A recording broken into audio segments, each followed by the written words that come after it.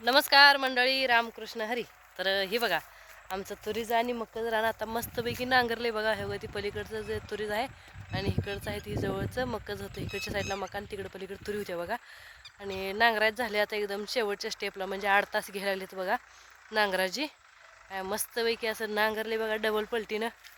आणि आता ह्याच्यात काय काय घ्यायचं अजून काय ठरवलं नाही, कारण शेतात पिकं घ्यायला पण आपलं सगळ्यांच्या विचारानं घ्यावं लागते, बरोबर आहे का नाही. तर एकदा म्हणतोय ऊस लावूया, एकदा म्हणतोय मका लावूया, तर आणि एकदा म्हणतोय भुईमुग करूया. म्हणजे सगळ्यांची मनं वेगवेगळे फिरता येतं. म्हणजे एकदा वाटतं मका करावी, आणि वाटते मकाला काय माहिती उन्हाळ्यात येते का नाही चांगली. एकदा वाटतं भुईमुग करावी, आणि वाटते गेल्या वर्षीसारखी भुईमुग नाबदा लावली तर कसं करायचं, नेमकाच काढाय टायमाला पाऊस आला तर काय करायचं.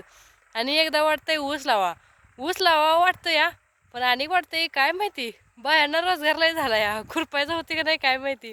सगळीकडं कोड आहे बघा शेतकऱ्याला.